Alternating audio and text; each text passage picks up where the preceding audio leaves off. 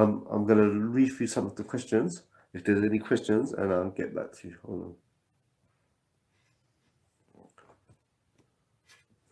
Okay. Silent logic. Sometimes it's not only pressure. Sometimes it's not only pressure. A lot of the time, people just bored and shut up. Yeah, of course, because there's nothing to do. If you're young and you're on a council estate and there's nothing to do, as young people, you're gonna find something to do. Of course, it's not a mystery why there's so much crime and knife crime and stuff like that. There's nothing for you to do, and no one wants to stay inside all day. So obviously they'll come out and they're gonna look for something to do. So yeah, the government's not dumb. They just don't want to do nothing about it. As elders, we need to keep the community youth up. Yes, yes. As elders, I agree with you. Silent logic. I agree with you, but the problem is this, that the elders look. In the end, yeah, no fathers are around, yeah. There's no IT consultants, there's no plumbers, there's no electricians, there's no good role models, no aeroplane engineers, there's no, there's no like there's no role models, good role models. The older role models are criminals. You know what I'm saying? So the elders take advantage of the youth. Yeah. Assalamu alaikum Nova Room. Yeah, so the elders, Silent Logic, they take advantage of the youth.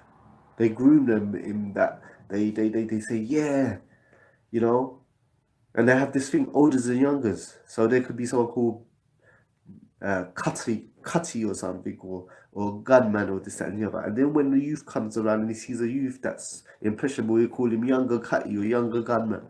You know what I'm saying? And so forth. And then they say, yeah, I think he's crazy. You're bad. You're rude. You're a bad man. Yeah, do me a favor, go rob that bank here, or sell these drugs for me, or carry this package for me, this, that, and the other. I know you're a bad man, you're not afraid of anyone, I'll rate you, yeah? Now, the guy, because he never had a father to say to him, I love you, I care about you, I think you're special in this, that, and the other, and so forth.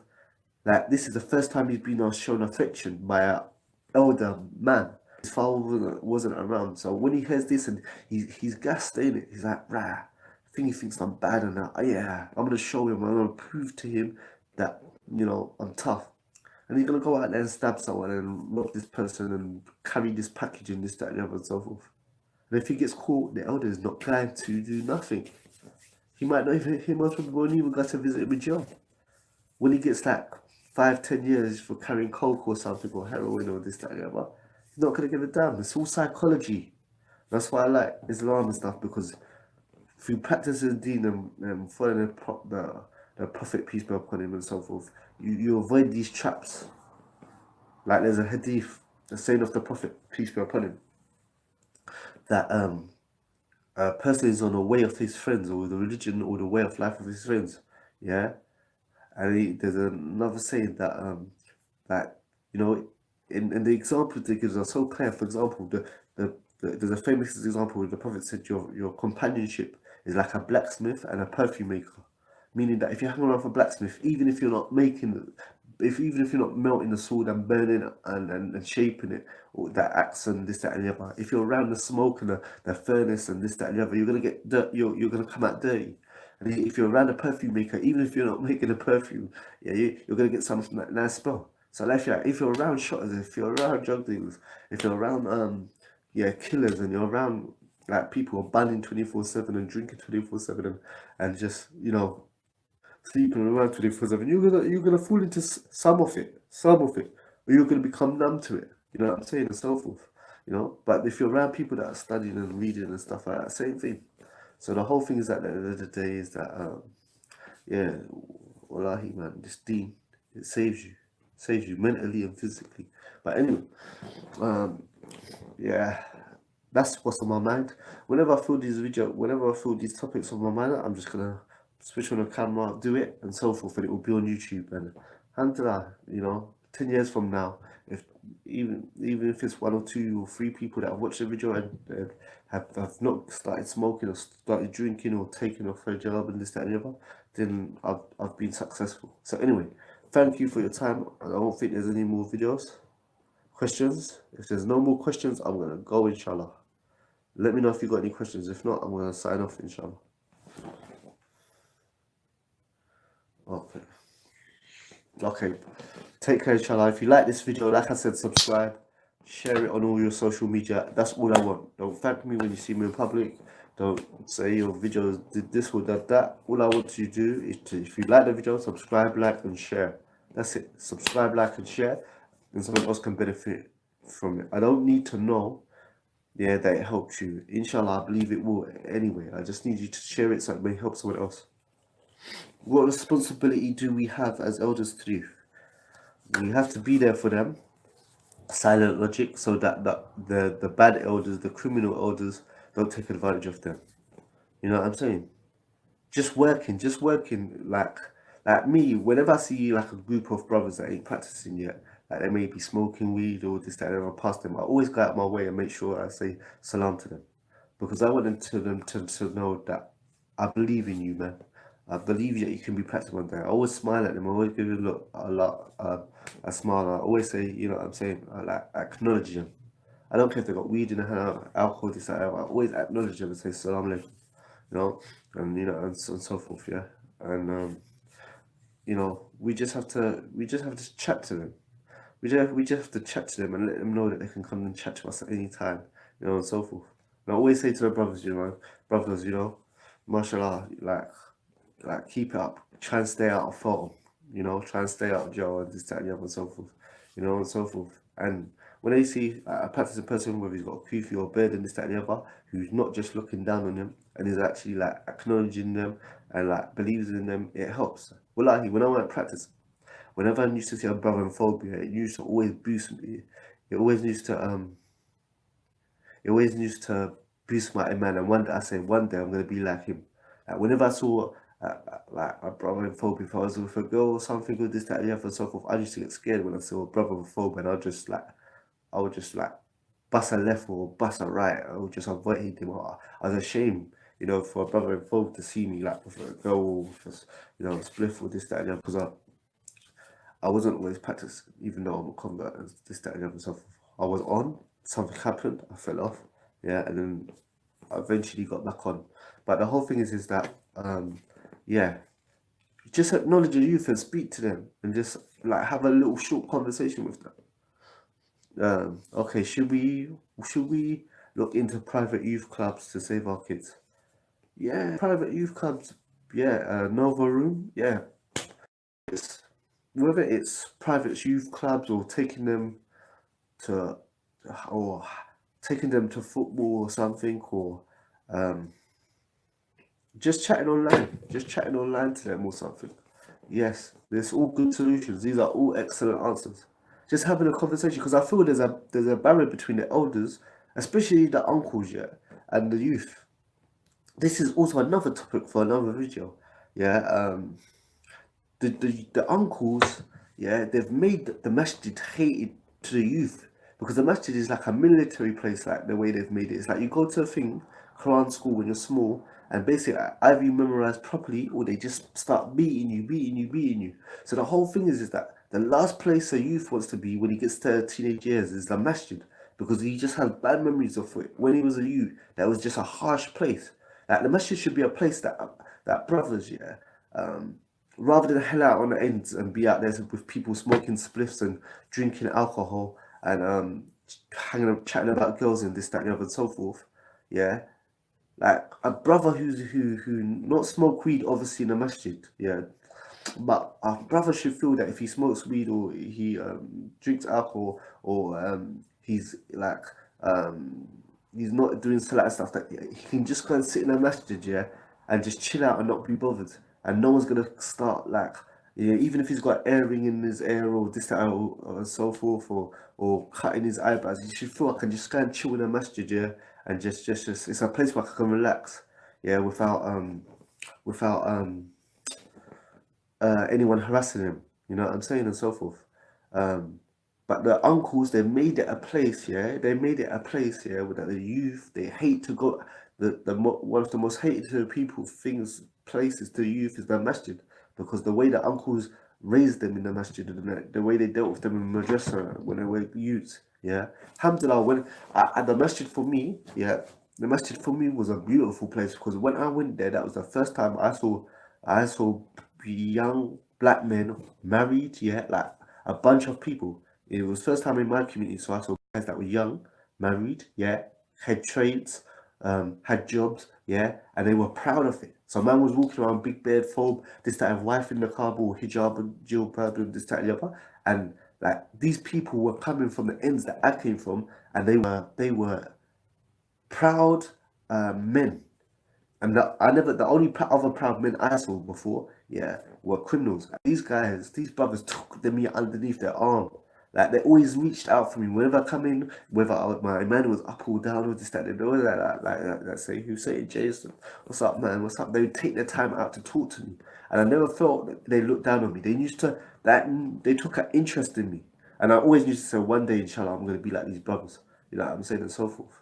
So, but a lot of masjids. But the reason why this masjid was like this, because most of the brothers that ran the masjid were converts or reverts, you know.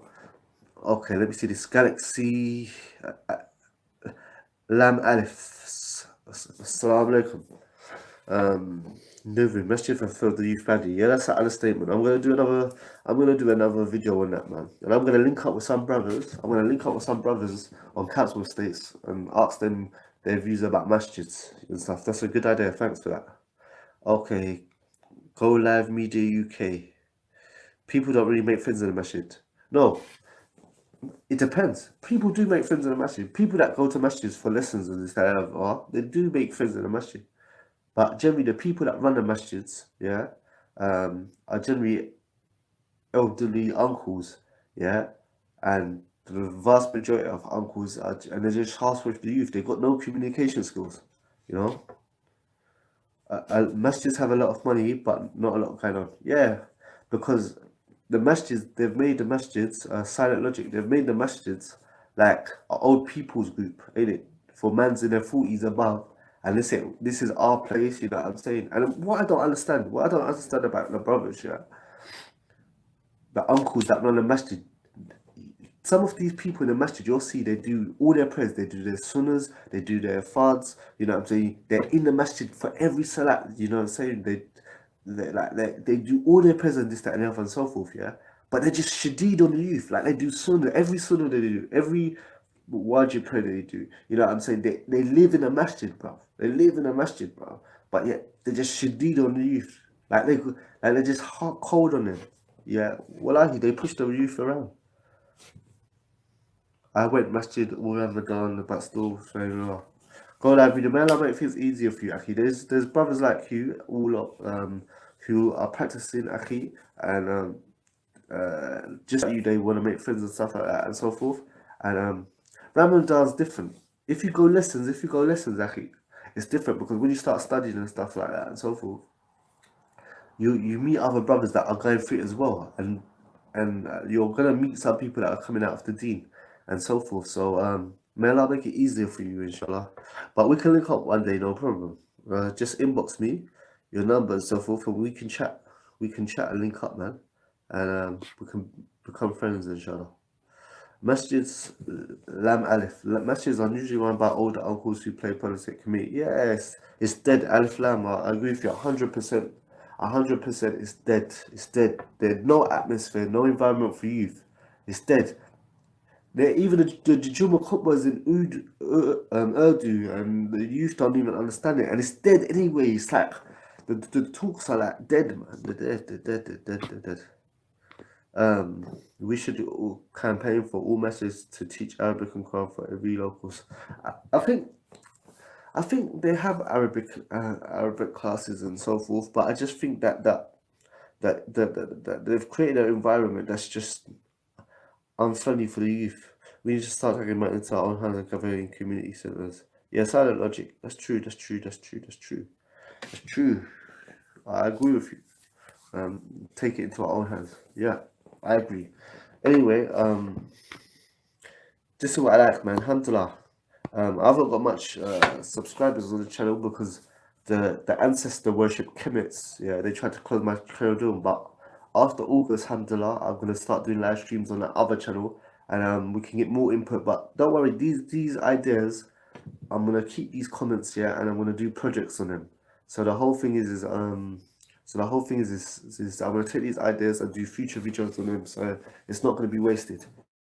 This culture that is inclusive for the development of it. You know what? I think the youth, yeah, I think the youth that grew up in London, yeah, they're not as racist as the uncles that came from back home or wherever it is.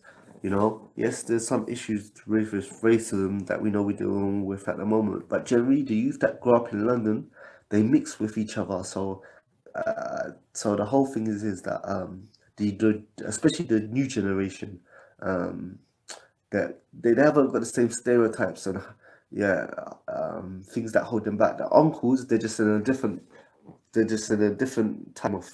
time, you know. Even if we have link ups in the park, if we keep relying on the messages, hold on, silent logic. If we keep on applying on the messages, then we will only keep wasting each time. Yeah, that's true. That's true. Even if we have to do link ups, yeah, it's true. It's true. It's true. That's excellent idea. Do you ever struggle with doing present after getting more stuff? Desires are coming. Yeah, I think everyone struggles with different things. Yeah, um, and so forth. No one's perfect, especially in this environment. There's so much sin everywhere. Go live media. There's so much sin. You see sins outside and music everywhere and this, that, and the other, and so forth. But it is possible. It's possible to practice.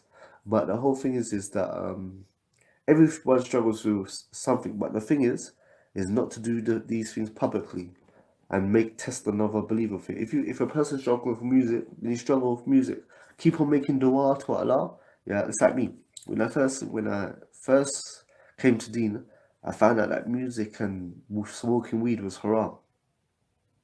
And I had a love for these things though. Like the way I used to start off a day is like I was addicted to music and weed. Like addicted. Like how my day started off is that I'd be asleep, yeah, and I have my bed, and right next to my bed, I'll have a music set, yeah. And then what happened as soon as I woke up, I would press play, yeah.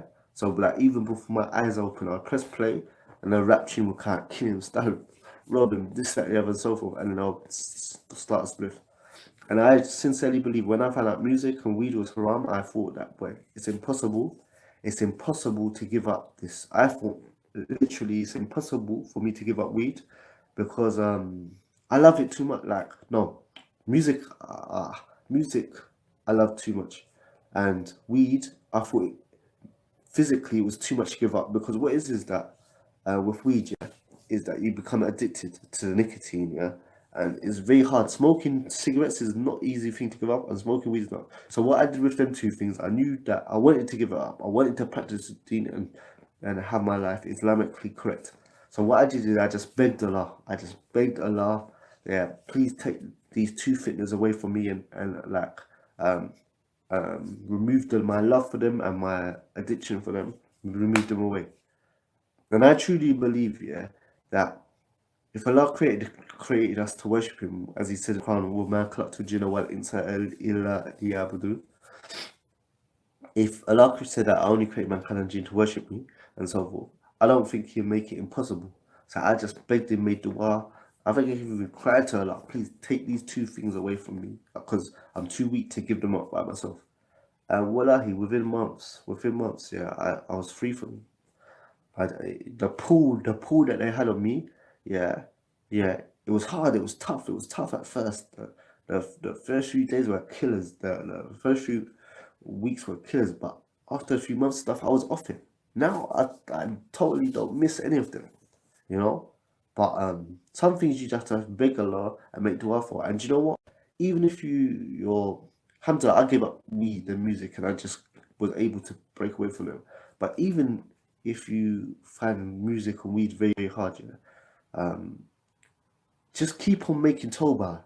And if you make Toba, try and stay away from it. If you stay away from it for like a few days or this, and fall back in and make Toba and try and stay away from it from a few weeks, and then like just keep on fighting it. As long as you're always trying to fight it, this that, and so forth, eventually you'll give it up. You know. Did you say? I'm reading your message. I'm gonna read your message. Did you struggle to? Okay. Ideas Bank. Yeah, Nova Room. Excellent. Yeah, a lot of these. I like the input that brothers are giving. I'm going to I'm going to, where's it, use them, store this. None of this is going to be lost. I'm going to use it for future projects. I got a lot of convert stories coming soon. I got a lot of interviews I did with brothers on music and depression and many different things coming up. You know, I agree that uncles are not inclusive for others, be it people, other cultures, languages, ages, the limits of knowledge. Actually, the uncles are racist to their own youth.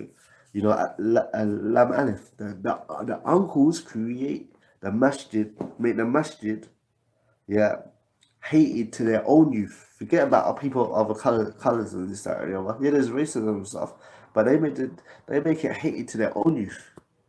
Yeah, and the thing is, they're in the masjid 24/7, pray all their sunnahs and everything, but there's no. What area am I from? No, I'm from South London. How do you feel mentally without those? It says years of smoking. Nah, look, the whole thing is that at the end of the day, is that weed has a strong pull on you and music has a strong pull on you and stuff like that. But listen, you're a human being. You weren't born with weed and you weren't born with music, so you can live without it. I thought it's impossible to be happy without music.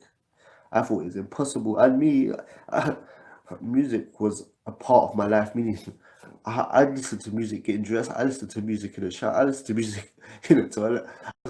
I listened to music. Every aspect of life, I had music on. It's like I couldn't function without music. You know what I'm saying? It's like I would have to go somewhere, yeah, and I wouldn't come out of the house until the song ended. Like it was part of me and so forth. So the whole thing is that like music is a drug, man. You know, but I don't need it. You don't. You know. How do you mean? I mean Upney. I never heard of Upney. Where's Upney? You sure you don't mean Putney? Where's Upney? Not Upney. No. Global life media. Weed doesn't have a permanent for the brain. It messes up your memory. Weed messes up your memory, so it meshes up your memory, and it will like anyone that smokes weed a lot. Yeah, you'll always find them looking for their keys or can't find this or can't find that. So yeah, so it permanently messes up your memory and so forth. But you can. But the whole thing is that it doesn't permanently mess up your mind, meaning thinking and stuff like that. Especially after years and stuff. Barkney, then Upney. Okay, I know where Barking is. I know where Barking is. It's near Mile and that. But yeah, um, yeah.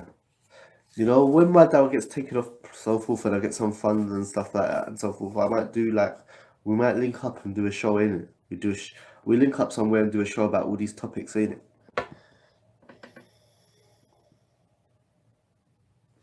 I need to get a new camera and stuff, but don't worry, I'm gonna get this stuff. I'm gonna sort it out and then do some big things, man. You know, alhamdulillah.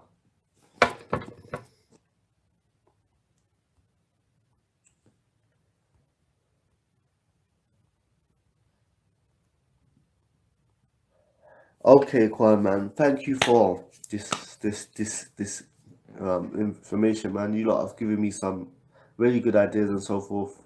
Managed to get ready for work and so forth. So what I'm gonna do, inshallah, is I'm going to call it a day. And look, whenever issues come up on mine, I'm just gonna do a video. It might be nighttime, it might be daytime, but alhamdulillah, I'm just gonna catalog my ideas here. What do I do for work? I work in security, mate.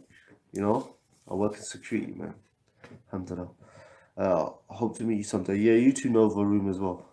Yeah, Go Live Media. I work in security, so alhamdulillah, man. MashaAllah. But I didn't, but that's not how I started. When I was on the roads and this time about, you know, I never had no qualification GCSE or anything and so forth. So for quite a few years, I just had to take whatever. I just, you know, when I found out like obviously robbery, crime is haram and this that and the other, you know, I just when I read about Jahannam, I just said, yeah, boy, man has to get work, because the way the Quran talks about, the way the Quran talks about hellfire, that's why so many people from the NGO become Muslim, yeah, and just stop doing crime, because it's like the way the Quran talks about Yom Kippur and Jahannam, you just realize, but you know, you need to do crime and take, you know, make money certain easy ways and this, that, and the other, but it's just not worth the pain, bruv. It's just not worth, you know, human beings cannot handle Jahannam. You can't, you know, it's if you're street smart, you just know a human being cannot handle the pain of that place. So you have to start working. That's it. Yeah, or you can just pretend it doesn't exist and carry on robbing people, shooting drugs and stuff like that, and then get crushed on your own account. May Allah protect us from that. So yeah. So then I just had to get a job in like Sainsbury's and just work there for like time until I could save up to like just get some halal money first, and then afterwards, how do I get out of this? Good on qualifications and this that, and the other. Then I decided to go for my badge, and alhamdulillah, I got my badge and do security. I'm trying to come out of that haram work, but don't know what to do. What haram work? What haram work? Oh, you mean, are you talking about work as in drugs?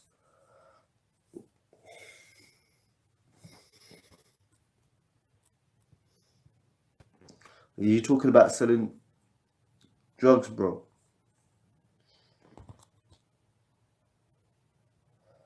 Yeah, I know what you mean. Yeah, okay. Yeah, I can really say what you mean just shutting drugs, yeah, and stuff like that. The way you have to look at these things is that, listen, the way you have to look at it is that, yeah, whether people want the drugs or not is also if you're destroying our last creation. That's the way you have to look at it. You have to realize that. You have to realize that by me selling these drugs, whether the person wants the drugs or not, I'm destroying Allah's creation. Yeah. I could go to the job center. Like, you know what you should do? This is what you should do. Yeah. Go to the job center, yeah, and tell them, okay, cool. Go to the job center, yeah, and tell them that you wanna do your SIA badge. The job center will pay for you to do it for free. If you haven't got a criminal record, or you had a criminal record in the past, or you ain't got a criminal record for something big and so forth, yeah, or it was a while ago, go to the job center and they will pay for you to do the whole course and everything. You do the course in a couple of days. Trust me, the job site will pay for your whole for everything for you to do course, and I'm sure they do this with other stuff as well. You know what I'm saying? You know, so like that's what you could do. You know, try and find something as well you love. Try and find out what your passion is. Try and think of what your passion is and try and turn it into a job. You know, I'm working security now and so forth, but if I can turn youth work into a job and I can do it full time, I'm gonna do it somehow. Because I love doing it. You know. So look, in this day and age, look, you got Instagram, you got Facebook. You could decide. This is the most easiest time it is to set up your own business and do your own thing. So try and find what it is you love and what you have a passion for, and try and turn it into a job. I'm always thinking of how to do that. Sometimes you just got to do what you can and so forth to pay the bills and stuff like that. I'm not talking about crime and so forth, but you know. But anyway, inbox me and we'll try and sort something out. Bro, you know what makes you feel lost in the dunya is weed and music, bro. And hanging around with people who just smoke weed and listen to tunes and talk about rappers and council estate beefs 24/7. That's what makes you feel lost.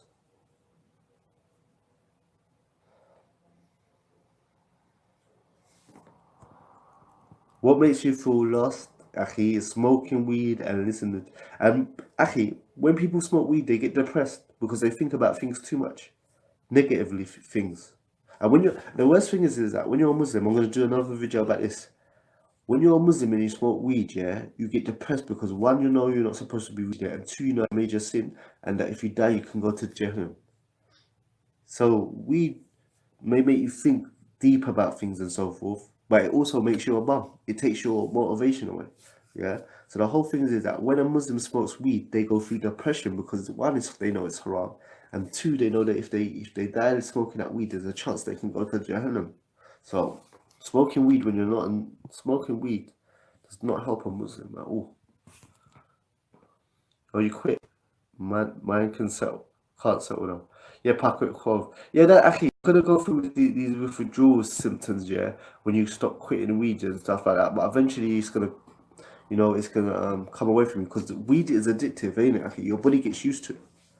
And that's one of the bad things about weed is that because you smoke weed with the nicotine, yeah, it becomes part of your body, it becomes part of your system, yeah. So what happens is that when you don't have it, you become agitated. Like anyone that smokes weed a lot, anyone smokes and they smoke it every day, yeah, and it's part of their life. They don't have it, they become a wretch, they become angry, they become agitated, and then and they're a pain to be around. Like if you're someone who smokes weed, yeah, and you don't have it, yeah, you're used to smoking it every day, and you don't ain't got a draw, or you ain't got like no weed and stuff like that. Even your best friend will start arguing with him and being wretched towards them, you know. But yeah, you'll get through it. Actually, you're gonna get through it. Alhamdulillah, you're doing well, man. You know, if you smoked it for 20 years and you've quit, that's easy because most people can't quit. You know, it to give up smoking weed and this, that, and the other, it takes a lot of willpower and dua, bruv. You know, but you can do it. You can do it, but you have to make dua, sincere dua. I can cry to Allah. You know, cry to Allah. Music and weed. You have to beg Allah to take it out of your life. 5 months, excellent, Aki. That's amazing, man. That's a big achievement. Keep it up, man. Proud of you, man. Anyway, guys, man, I got get ready to go work and stuff. You have to stop meeting friends who smoke weed. Yeah, yeah, it's true. You can't be around the same company as well. You can't be around the same company. You can't hang around people that just bunning weed, yeah, drinking, smoking, chatting about girls and council estate beefs and rappers and stuff, and give up smoking and weed. You're gonna be tempted and stuff like that. But there's gonna come a time when you hate the smell of weed, when it's disgusting to you, when it's nasty. You know, that's good advice, Nova Room. That's excellent advice, man. But yeah, like I said, go live media, inbox me, yeah. Say salam on either Instagram or Facebook.